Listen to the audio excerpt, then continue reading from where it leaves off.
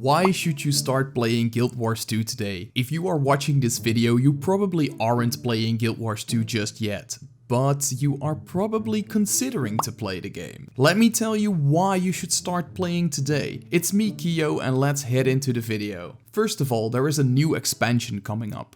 The End of Dragons expansion is the third expansion of Guild Wars 2 and brings the player to Kantha. Kantha is a very popular continent in the original Guild Wars. The expansion has been confirmed to release in February of 2022. So for me, someone who has played the original Guild Wars back in the day, this is really something to get excited about. But what does this mean for you? What does this mean for someone who hasn't played the original Guild Wars or is returning to the game? An expansion in Guild Wars 2 means new areas to explore, new stories, but also new elite specializations. An elite specialization is an enhancement for your current profession or class. Usually this comes with the ability to use a new weapon and usually changes the playstyle of this profession. For example, the Druid Elite specialization allows the Ranger to heal and support allies. It has been confirmed that each profession gets a new elite specialization in the upcoming expansion. This allows players to create different builds and playstyles with their existing characters. So if you don't like, for example, the Thief, a new elite specialization could change your view on that. But next to elite specializations, the Guild Wars 2 expansion lets players fish all over the world. This is most likely a more casual activity, but it looks like something fun you can do with your guild or friends. It's also possible to get a skiff, which is a small boat,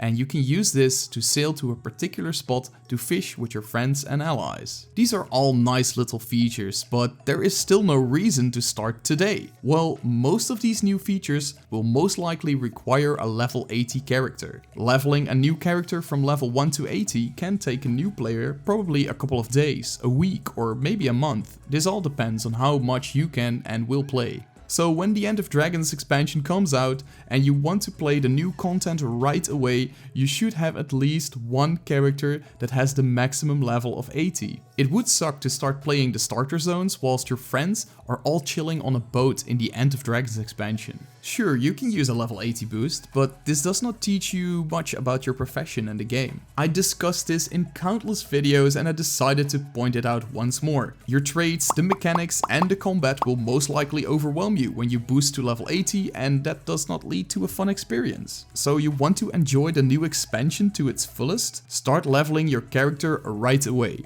And speaking of End of Dragons, we also got multiple beta tests coming up, and that's your second reason to start playing now. These beta tests are not just for veterans, not for casuals or anything in between. The End of Dragons beta tests are for everyone, whether you are a free-to-play player or you have been playing the game since release with all the expansions. If you want to get a glimpse of the new elite specializations and the End of Dragons expansion, make sure to play this beta. If you do decide to sign up for Guild Wars 2, you can do so through my own special link in the description. The current known beta events are in August, September, November and December. That's a beta test you enjoy every month. And after those beta tests, there is just one more month of waiting until the actual expansion gets released. But before you hop into the beta events, get familiar with the game's mechanics and start exploring the world a little bit. The third reason to start today is the Living World's return. The Living World is a series of short stories between each expansion. These stories usually continue the story of the expansions. Usually, a Living World episode is released every 2 to 3 months with a new map, a new mechanic, and of course a new story. You can unlock a Living World episode by just logging in.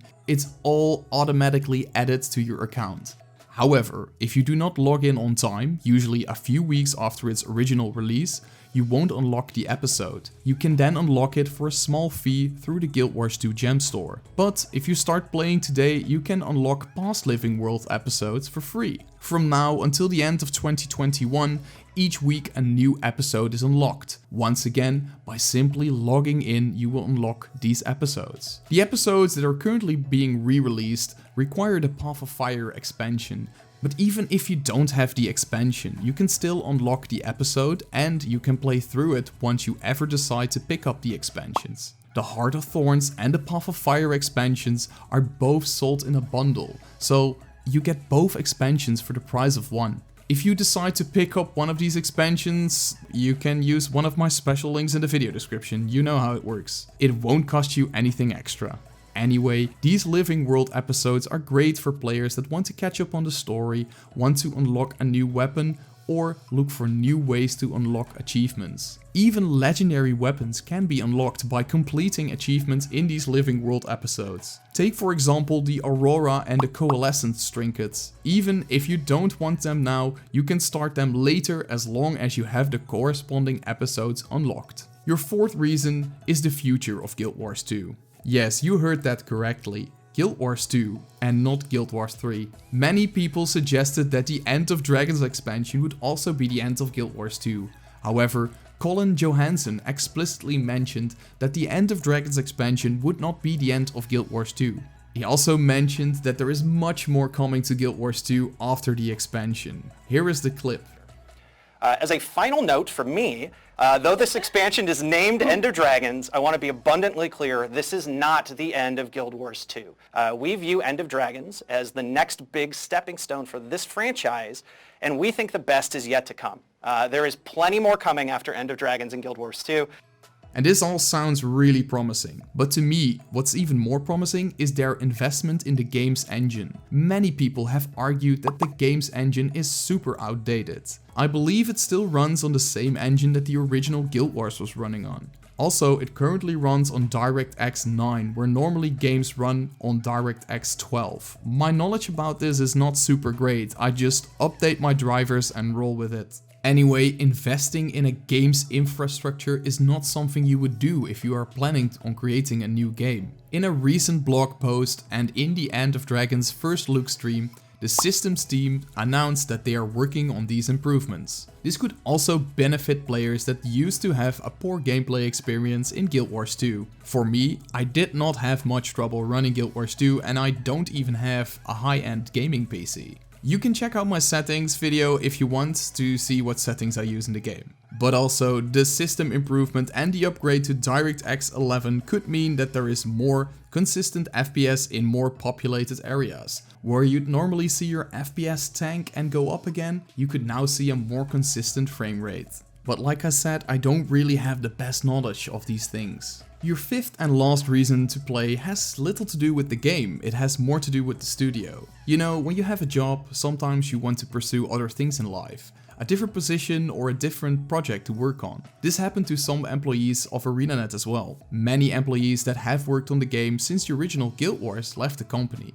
But currently we're seeing a surge of prominent figures like Colin Johansson and Josh Davis return to the company to work on Guild Wars 2 again. This is to me a big sign that ArenaNet is doing well. You don't return to a company if you didn't like it there or if it's not doing too well. Also, ArenaNet stepped up their communication to the player base again, providing a clear path to the expansion and no vague promises or estimates. They have been very clear with their goals and deliverables. As stated in a blog post, the long-awaited World vs. World alliances will be released later this year. And it's also explicitly stated that the expansion will be released in February. It looks and feels like they have a clear structure on what they're working on. This is something that I was missing the last few years and during the Iceberg saga.